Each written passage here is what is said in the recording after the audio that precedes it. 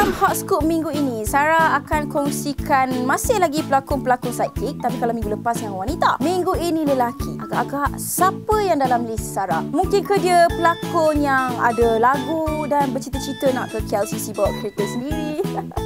Ceritanya impian. Kalau nak tahu kena tengok sampai habis. Nama pertama yang terlintas di fikiran Sarah adalah seorang pelakon lelaki yang merupakan seorang yang sangat superb dan talented kebabum. Nama dia Shazwan Zulkifli. Yes, pada mula-mula dulu dia muncul dalam industri seni kita. Dia berlakon dalam cerita Juvana. Memang watak dia jahat gila.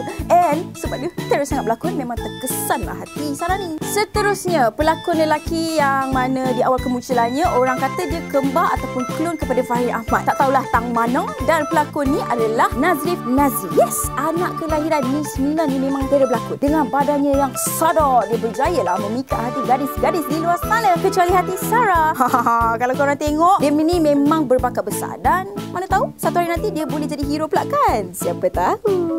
Pelakon seterusnya yang ada dalam list sidekick Sarah, kita ada Nazmi Adwa. Yang putih-putih, gebu, comel, rambut kerinting ni merupakan seorang pelakon yang mula dikenali masa dia berlakon drama Hati Perempuan. Yes, dia ni adalah pelajar lepasan jurusan ijazah sarjana muda grafik dan juga multimedia. Educated tau.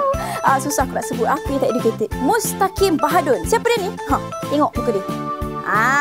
Korang kenal kan? Dia ni memang dah lama dah berlakon, cuma belum naik lagi nama dia, jarang dikenali. Tapi kalau korang nak tahu, dia ni dulu dikenali dalam drama Hati Perempuan juga. Lepas tu Hidayah Bu Ramadan pun ada juga. So harapnya producer-producer kat luar sana tu dah boleh dalam detect pelakon-pelakon hebat ni. Tak adalah sama je muka kat TV depan ni.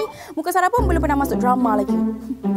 Pelakon seterusnya ni boleh dikatakan agak senior jugalah dalam industri seni tanah air ni. Siapa tak kenal suami kepada Ira Shazira? Yes, Azad Jasmine. Dia ni kalau berlakon watak jahat, jahat berbenar. Tapi kalau watak baik, baik berbenar. Kalau watak komedi, komedi berbenar. Orang utara ni. Tapi inilah yang dinamakan bakat tiada berlakon, bukan kayu. Tahu tak?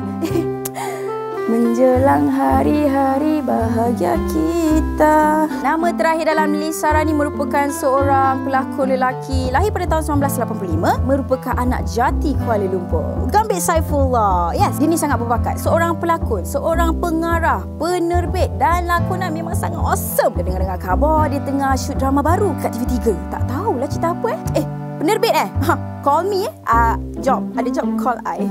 Shh, I love you.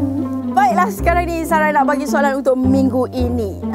Kalau you all nak bawa balik barangan eksklusif Hot FM, sila bagikan 3 topik menarik tertarik The Bomb yang korang nak Sarah ulaskan ataupun kita bincangkan dalam Hot Scoop lah. Dan 3 tajuk yang paling menarik kita akan pilih sebagai pemenang lah. Kita akan borak tajuk tu dalam episod yang akan datang. Dah sesasar sangat. Ciao. Jangan lupa subscribe ataupun tengok video lepas. Kau tak tahu apa-apa ni show aku. Subscribe sini video lepas sana. Tak tahu apa-apa mencelah.